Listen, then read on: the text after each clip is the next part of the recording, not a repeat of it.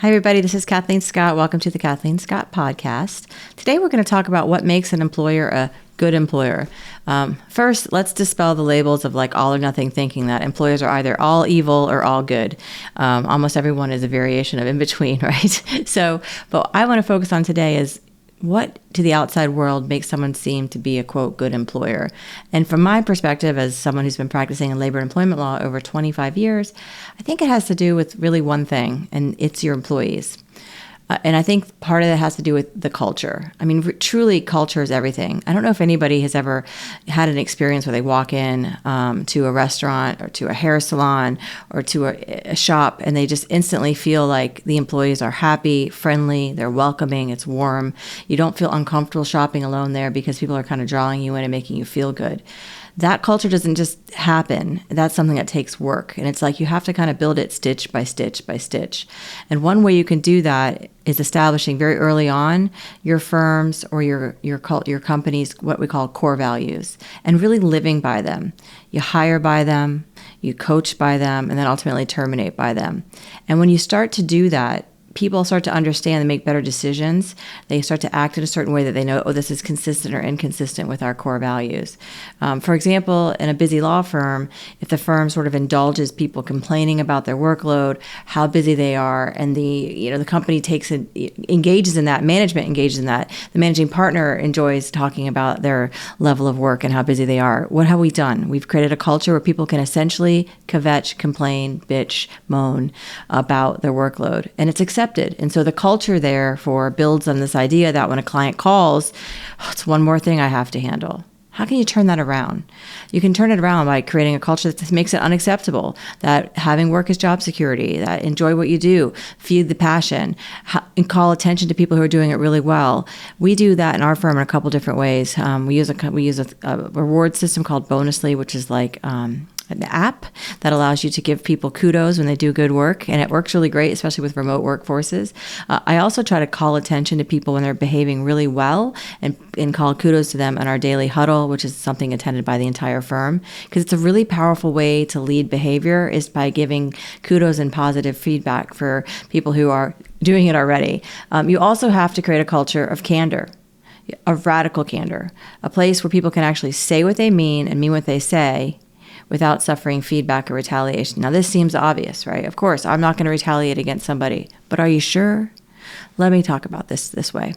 When your assistant comes up to you and they say, hey, I'm following up with you on that email I sent you or that memo you asked me to write for you, and your response is a slight shrug, an eye roll, the message is, I'm annoyed that you're asking me. Don't ask me, I know what I have to do. And that is negative feedback for that particular employee to ever want to come in and just give you those reminders that you need. And we all need them. Everybody needs the task reminders.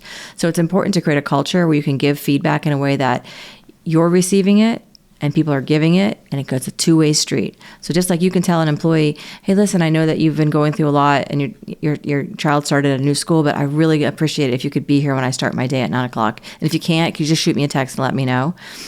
Creating that culture for it to go back, that starts to create that feedback. There's so many things I could talk about this. I'm very passionate about it. I feel like one of the ways employers kind of don't get it perfect is by never giving their employees enough feedback. Imagine if your son or daughter came home from school once a year and only got a single report card. They never knew all year long whether they're failing math or not. And now it's the end of third grade and you're being told you got to repeat the grade and stay back a year. You would be livid as a parent. You'd be like, why didn't you tell me? Employees are often hungry for feedback. And so finding a way to give that without having to do a formal evaluation or make it very time-consuming is critical in evolving that culture. There's a general saying, positive feedback should be long, and then negative feedback should be very brief and specific with examples and done without emotion. So let's talk about what that means. Anger, if you're angry about something someone's done to you, that is not the time to speak to them, because you're likely to yell or say something that you don't mean. So you have to control your emotions first. Take a breath. Say, it really upsets me when you repeatedly misspell this person's name. I need you to figure out a way to fix it. And then end with how can I help you remember that? Sometimes negative performance can be best addressed by asking the employee, if you were me, how can I help you? Tell me what I can do to help you work through that issue? That's a thinking question. And so employees, instead of feeling defensive and angry about getting the negative feedback, it causes their mind to think about, okay, how can I fix this moving forward? So the key components, we've talked about what makes a great employer. The key component is establishing core values. The other part is creating a culture of radical feedback. And the third thing I want to talk about is metrics. And I didn't just stumble onto these things like, oh, I read a bunch of books and now here I'm talking about them. This is like how I started my practice. I came from a hospitality background. We were very client customer leaning. So I've always had a very heavy focus on how happy is the client. And we've been doing surveys and calls and asking for feedback from our clients since day one. And then I had the idea, well, why aren't we doing this from our employees as well? So we started to do that. And one of the feedback information that I received was that there's no metric. And so somebody put it beautifully. They said, we don't know what a good work week looks like. I know if I feel good, if I have all the filing done and my inbox is empty, but that may not be what you're judging me on. And I thought that's such a simple but important point. So often, setting a metric for employees, what does a good work week look like, is a difference between them knowing what you need versus them just doing what they think is what you want. So sometimes employees and employers can be like ships passing in the night, right? Like they're just sitting there, they're doing what they're supposed to be doing. You're not giving them enough feedback to redirect them as to what you need. And you could do this very simply without being aggressive and in a nice way. You could just say, hey, let's set our intentions for the week. We really need to get these 3 things done. It's great to follow it up with email. Verbal communication is awesome, followed up by email, because it just needs to be some kind of documentation. And then hold yourself accountable. Set a reminder for you. Just come up to be like, hey, how are we doing on those 3 projects? Let them know that you're not going to forget about those 3 projects. And then create a situation of radical candor where you can be like, is there an issue with getting these projects done? So they can tell you, hopefully before the project due date. And so metrics, core values, constant feedback. These are the difference between having a culture where people feel welcomed and good and happy versus people who might be afraid to raise a voice, say anything, or do anything. So that's just one labor and employment lawyer's advice. Not really legal advice so much as just general advice from what I've seen. There are certain employers who really get this well. There's certain employees that we just don't see very often having claims.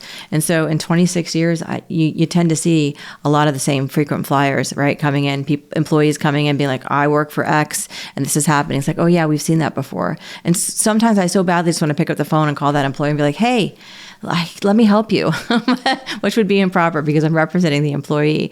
But there's a great grocery store here in South Florida, and it's called Publix. If you haven't had the pleasure of shopping at Publix, let me tell you that their motto is shopping is a pleasure, and it really truly is. And there's something about the employees at Publix. I'm going to tell you what I've observed. When you're pushing your cart around, you'll get asked at least 3 to 4 times while in the store, is there anything I can help you find? How you doing today? Hello. And you just feel like, wow, like if I can't find wasabi, which I literally spent 15 minutes searching for, they're going to tell me where this wasabi is. It's actually considered a produce item if anyone's looking for it. So I think that's one of the critical things to know is that when employees are happy, customers are happy. When employees know the rules and the rules are being enforced fairly, then they're happy. And so it's something I think we can all kind of think about. One of the things that everyone's going to have to face who owns a business is a shortage of workers. We know it's coming.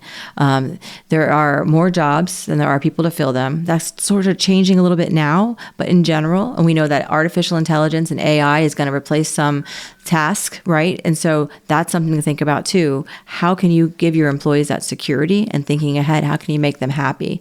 Why does happiness matter? If you want to breed loyalty, you have to have happy employees. How do you do that? I offer flexibility. For me, I don't need to see everybody's butt in the chair at 9 a.m. I need to know that everyone knows what their metrics are for the week. They have their goals, and I need to trust them to be professionals to get it done. I understand that doesn't work for everybody. And I understand that employers are out there hearing this going, oh, that's ridiculous. You have to be able to hold people accountable. I need to see their faces. I need to make sure they're looking and doing what I'm doing at all times to make sure that they know I'm watching. There are some people that's probably true for. Those people would not work at my workplace because very quickly our core values, which have accountability, tenacity, those values would weed those people out very quickly. And I tell people during the interview process, if you want a job where you're micromanaged, you have high structure, don't work for us. That's not who we are. We're people who train well, expose you to certain things, give you the opportunity to handle a task, and we give you the rope maybe to hang yourself or to succeed and raise yourself up by when you have a task to get done. So I don't micromanage. Now, that doesn't mean I don't set goals, doesn't mean I don't have tasks, doesn't mean I don't believe in accountability, but I try to turn the table and make the employee accountable, not me remembering to ask them, hey, have you done this? Have you done this? Have you done this? I actually have a task system where the employee has to create their own tasks so I can quickly run that report and say, give me an update on your task.